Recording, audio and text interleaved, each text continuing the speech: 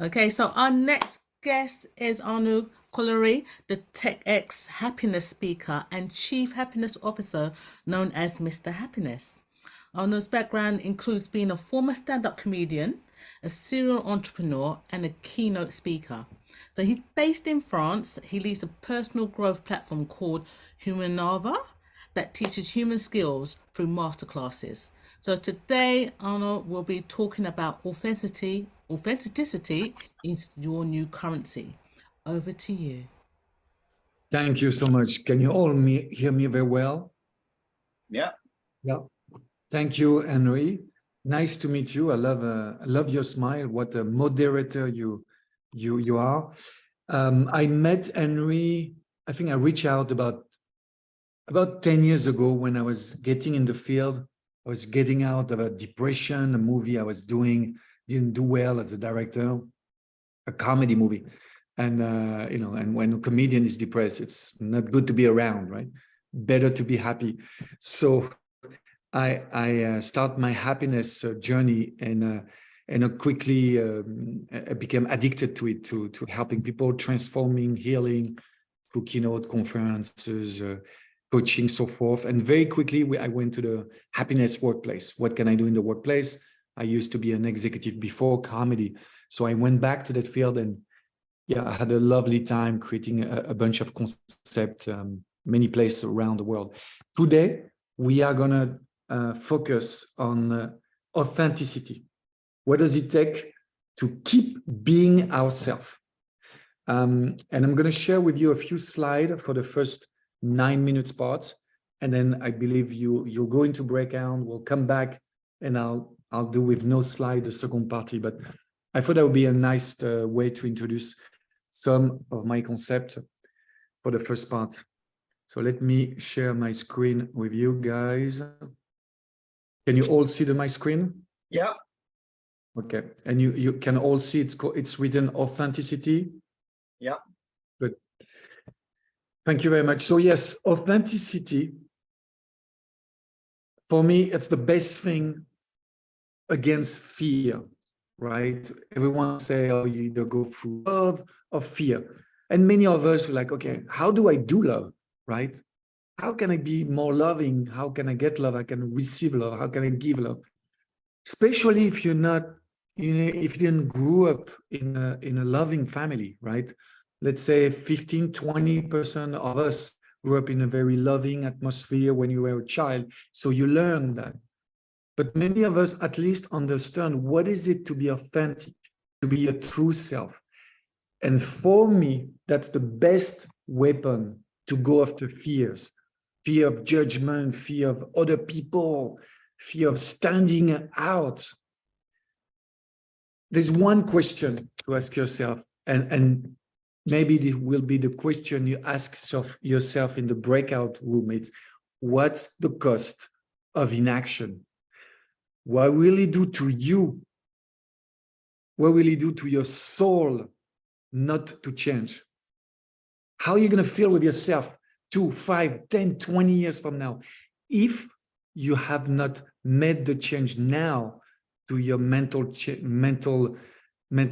to your mindset? You might know, many of you, an Australian nurse by the name of Bronnie Ware. She was very famous a few years ago. She came up with a book talking about what she's seen through thousands of patients at the end of their life. 90% of them, it's why didn't I become what I wanted to do? Basically, why I didn't listen to myself. And many people is fear of change. And this is why I love to talk about authenticity. We think being authentic is not to change. It's to keep changing until your real self come out. This is being authentic. And you'll see in a minute, I've changed often. I have 12 reinvention. And I'm going to change as often as I need until I die to be authentic, therefore to be a little bit happier, right? To have a little bit more smile on my face and to feel I'm aligned. So that's the cost of inaction, that you're going to die not knowing yourself, wasting your entire life. And I love that quote, of course, from Norman Cousin, right? I mean, I'm not afraid of death. I'm not. If I die tomorrow, I've done my life. And I have a 5-year-old kid, so I really hope I'm not going to die, but I've done what I'm supposed to do in this life. And many of us are, oh, when I'm going to die, I'm 70, 75. No, just make sure you're alive now with what you want to do now. For me, it's all about having a compass, right? A vision, a direction. And even though I spent 15 years in America, I'm not sure, the big American vision of, that big house or the car or exactly where you want to be. No, for me, the compass is your characters, your values you want to show up to the world. How you want to show up with those values. What character do you want to be? Who you want to be surrounded with? Keep in mind, again, happiness, especially at work, right? It's who is surrounded with. So what value do we want to be surrounded within your colleague? What value do you want to show up? There's a very good small exercise. And I'll come up, I have about 12 examples of stories. There's a very good example that you can all exercise story that you can all apply to yourself. It will be about values. Think of 3 people that means a lot to you, that have impacted your life, whether they're dead or alive, whether you know them or not. Maybe someone from your friends and family. Maybe someone from colleagues at work, now or in the past. And maybe someone from a public figure, right? Someone famous. Again, dead or alive, man or woman, young or old. It's not really the point. The point is to extract what is it that you feel those people give out to the world. What if you come up with 1 or 2 words on each of those persons? Write it down, either mentally or with a pen of paper. It could be generous, free, generous, money maker, deal maker, leader, fearful, whatever it is. What are those words? Write those adjectives. You're going to come up with 5, 6, 7 adjectives. And what you're going to come up with, and this is an exercise I've done with the 100 organizations I've worked with, you always see something coming up. A friend of mine called it the cream over the coffee, just the very top, beautiful, creamy things of life. What are those values? And all of us have different values. And your compass is to keep up with those values, I think, for the rest of your life, or as much as you can. Even if you're going to change job or change teams or change product or change companies. 5 people that inspire me a lot. You might recognize the first one, Viktor Frankl, who in my books wrote the best book ever, right, on soul, on meaning, man's search for meaning, right? Viktor Frankl, who survived the camp. But within the camp, he was already, just before the camp, he was a psychological student. Most people that enter Auschwitz and concentration camp, or people who are doctors, healers, and go through an atrocious experience like this one, often don't go back to being a doctor, a nurse, a psychologist. Why? They've seen the worst of humanity. Many of them say, I'm not going to go back helping people. I've seen the worst. People are not good. Not him. He's been authentic. For him, being authentic was keep the same job. He went back, talked about the atrocity he'd seen, and help one another to find meaning in their life. That's how we find meaning. The second guy is a French guy I help as a coach in New York, Mathieu Nouzaret. Failed startup number 1, kept going. Failed startup number 2, kept going. At the 3rd startup, in the middle of it, his wife left him, thought he was a loser, went back to France.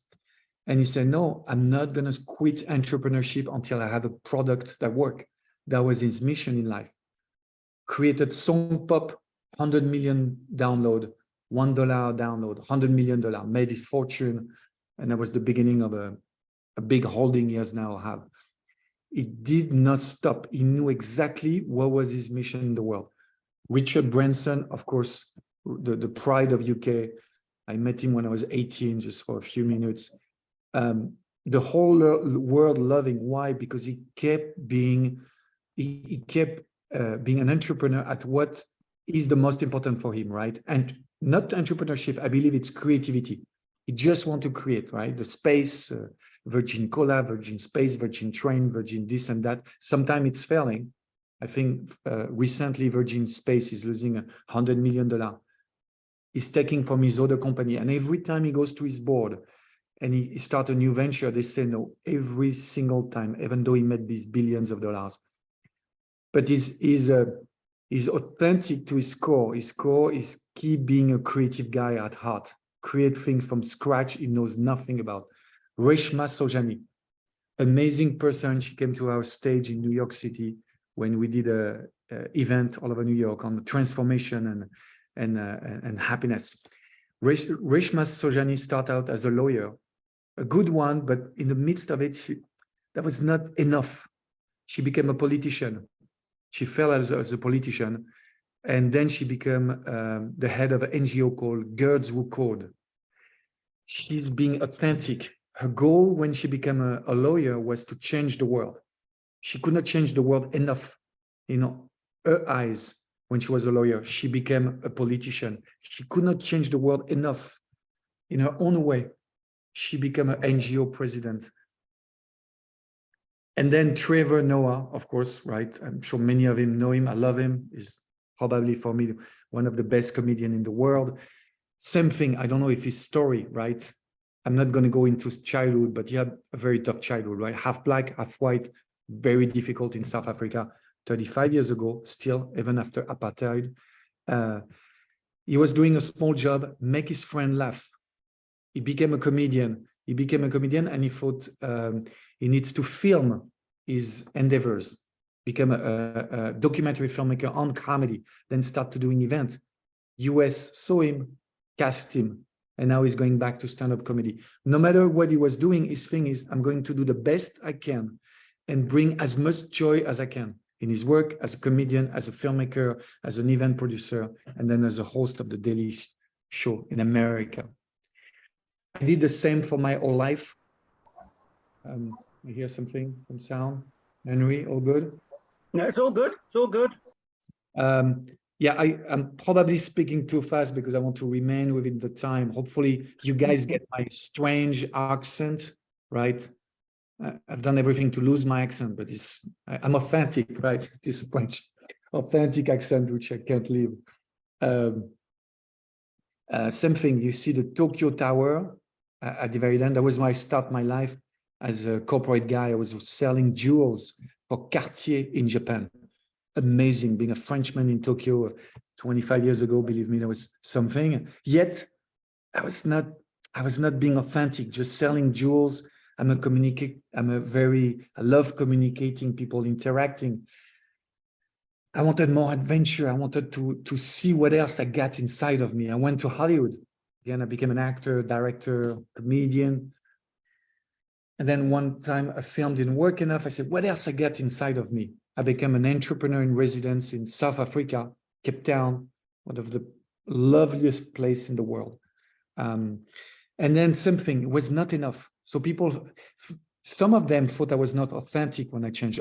On the contrary, until I show what I want to show to the world, until my soul is happy, I will keep changing and I will keep showing a different character of mine.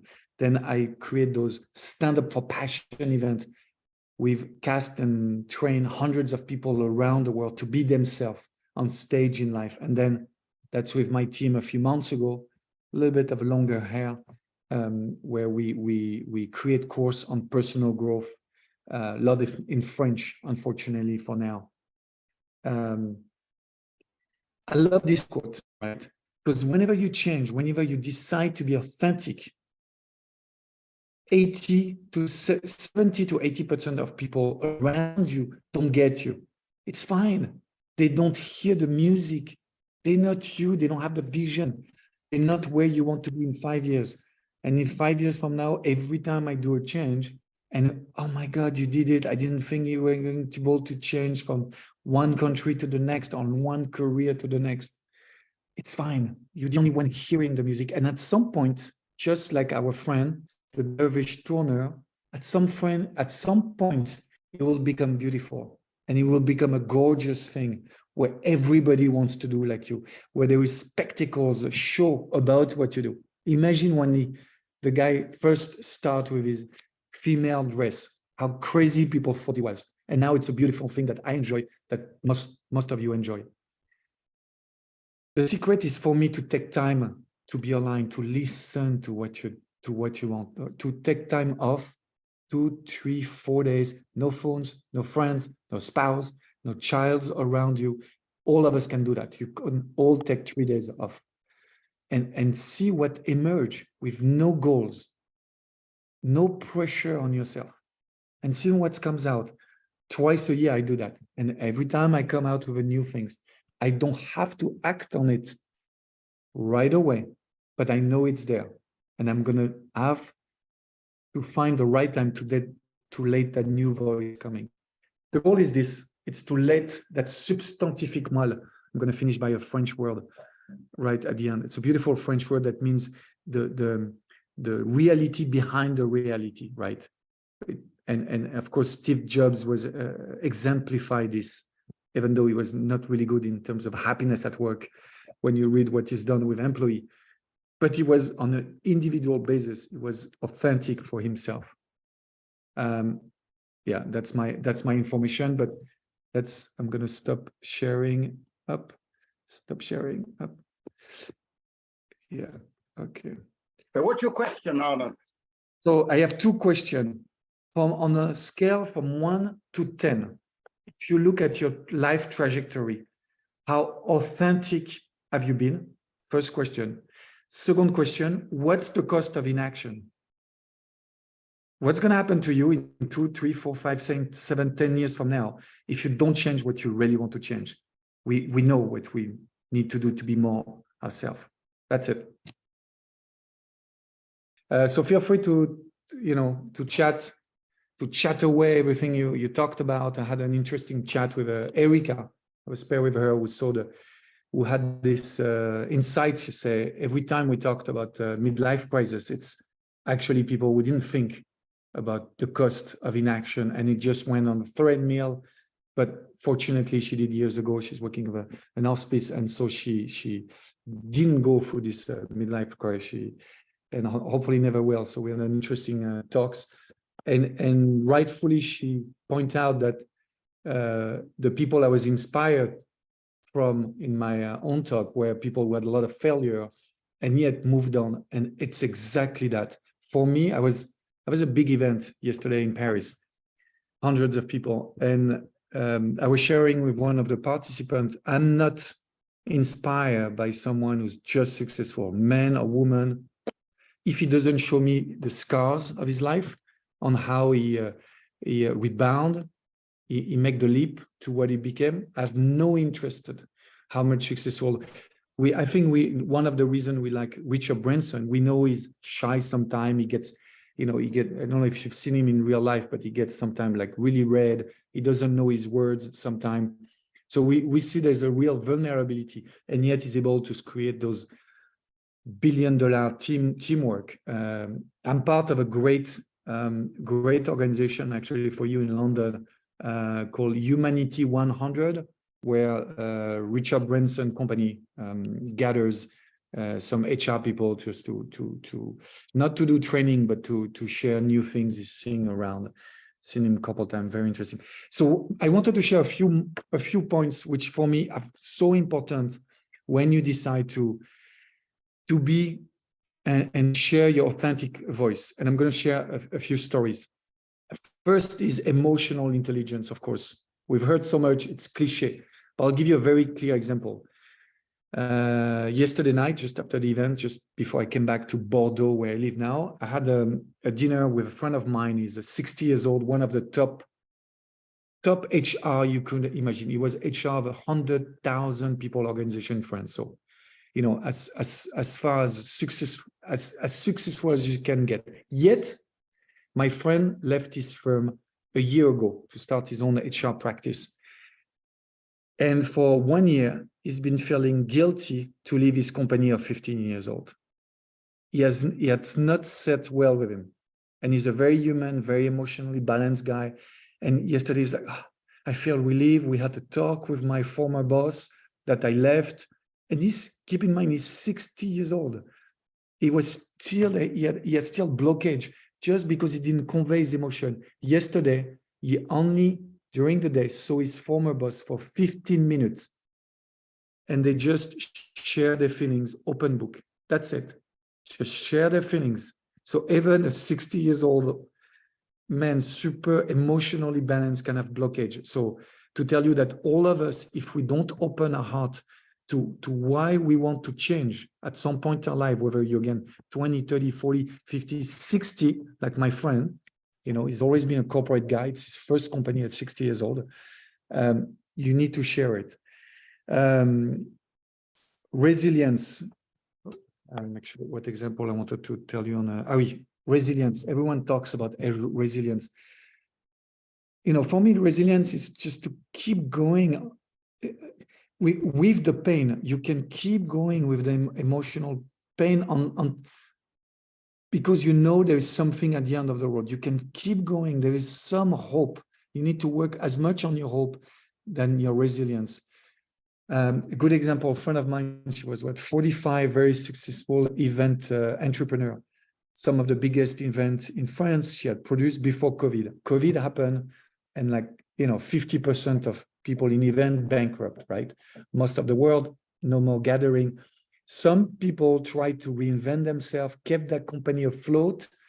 Most of them had to let go 80% of their staff. She had a small staff. She let them go, but she said, I'm just going to take a corporate job. I told her not to. I said, you have enough money. You can keep 2 years. In 2-3 years, it's going to go back. Can you keep 2 years? She said, yeah, I can keep 2 years. Do something else. Write a book, do online event. It's not going to make much money. It's okay. It's going to come back. And she thanked me the other day. She opened a huge event, 1,000 people, 3 months ago. But she had to be authentic. She had to put a little bit more resilience. The judgment, of course, being authentic, the big thing is how are we going to do with the judgment of others? I don't know much. I know a lot about America, a little bit less about UK. But in France, people judge themselves so much, right? And this is why we're not as entrepreneurs as you guy, or even if the word is French, entrepreneur, or America, it's because there's this judgment. What my family, my spouse, what are they going to think? A good example the other day, a young Spanish girl, 28 years old, called me. She really wanted to get my advice because she finally took the leap. She had been an engineer for the last 5 years. She wanted to spread happiness, and she just became a chief happiness officer. And after 1 week on the job, she's like, is it okay? I'm an engineer. I've only studied numbers and process and wireframes. Have I the right to do that? Is it okay? I'm like, are you passionate about people? Is it your thing? Is it your mission? Yes, it is. But, I was an engineer, and I feel like I'm an imposter. Keep going. Fake it until you make it. Even in your job, you'll find. Experiment. There's a lot of methods out there, Listen to me, listen to Henry Stewart. There's lots of great people out there. But keep going. But she took the leap of faith. Another great example on what is it, the pain you can sustain to be authentic. It's all come down to this, right? What is the suffering we can take? We all suffer, right? It's not just the Buddhist, all of us, right? Being a happy guy and become a happiness specialist for the last 10 years, for me, it's okay that part of me suffers in some way when I know there's going to be something better. Thanks God, I don't suffer in everything at every time, but there's always a part of me who suffer, and I'm okay with that. The best example for that is the story of Mark Manson. You might have read his book, what's the called something he's swearing the book, the fucking book, the fuck book, whatever. Anyway, I'll find Mark Manson. You should read his books. I'm sure someone in the chat remember his books. And Mark Manson wanted to be a rock star his whole life. When he was a teenager. But so he started when he was 18, 19, 20, 21. He started to be on the road, cheap motels, 5 people in the room, cheap pay. He had to be a waiter to pay his van. And he's like, I don't want to do that for 10 years. Chances are he must have to do that 10, 15 years. 1 in 10,000 become a rock star. And he's like, I'm not going to do that for 10 years for a small chance. I'm not going to suffer it. The other passion he has is the passion of writing. He can sit down for hours in front of a blank page. Many of us cannot, and maybe some people. So the suffering he can take is to stay in front of his white page for hours because he's a writer, and that's what a writer do. Sometimes ideas don't come. You still stay at your desk. So each of us has a pain he can take and a pain he cannot take. Arnold, I need to wind you up a bit. Okay. So I have to wrap up, right? Yeah. Okay, I'm wrapping up. So I'm going to stop with the example. I'm going to finish on the title of my talk was, it's a currency. Why it's a currency? Authenticity. A currency is something you give and you receive, you share. And I believe it's a real currency, especially nowadays with social network and the crazy change and the future of work. The more you ask yourself, the more you will attract the opportunities at work, in your team, from your boss, from your colleague. Why?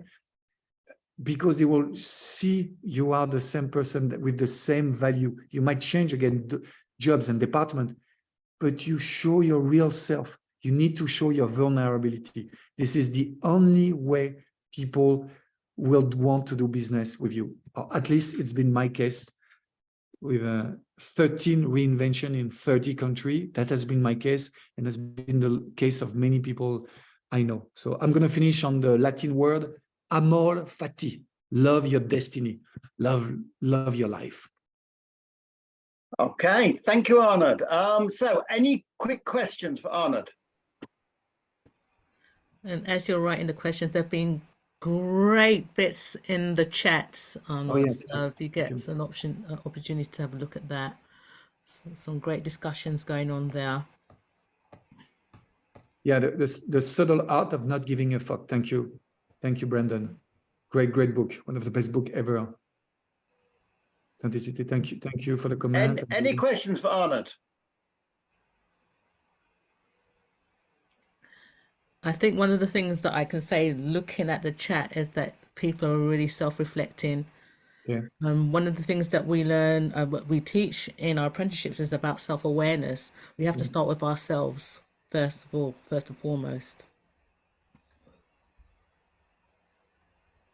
So got a question there.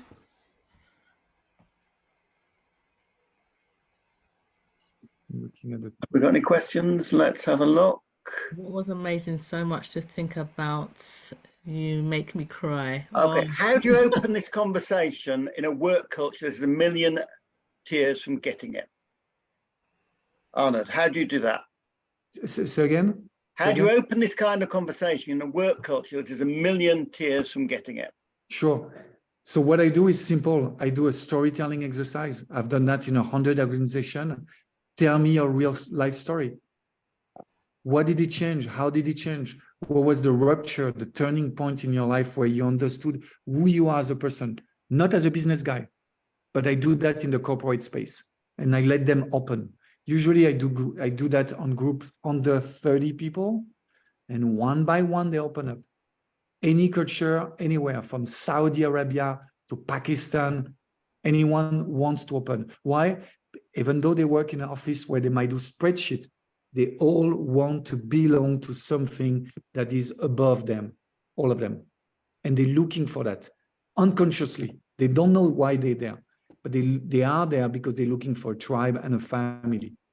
10% of what I've seen of any entity, they're not supposed to be in the team. So whenever I coach a team, I say 10% don't care, don't want to be there, and I can't do anything about this. 90% of them, I can help them, which is huge. One more question. How do you support those who are structurally oppressed to reflect on their authenticity when they're often struggling just to survive? Yes. For me, it's the healing work you do on the side by yourself, with a coach, with a therapist, by yourself. As I say, you go 3 days in the desert. The healing process is a long road. It's a roadmap. Write down your milestone, just like I'm doing now with my business plan. We're raising money now. You do your roadmap of healing. What is it that you need to do? It might take 3, 4, 5 years. It's okay. You know, keep going. It's when all the work of resilience, and it's okay. There's work inside the corporate, inside your entity, and then your personal healing work. You write your personal healing roadmap. Okay. Okay. So thank you, Arnaud. Thank you so Round of applause, much. Arnaud. Thank you, Henry.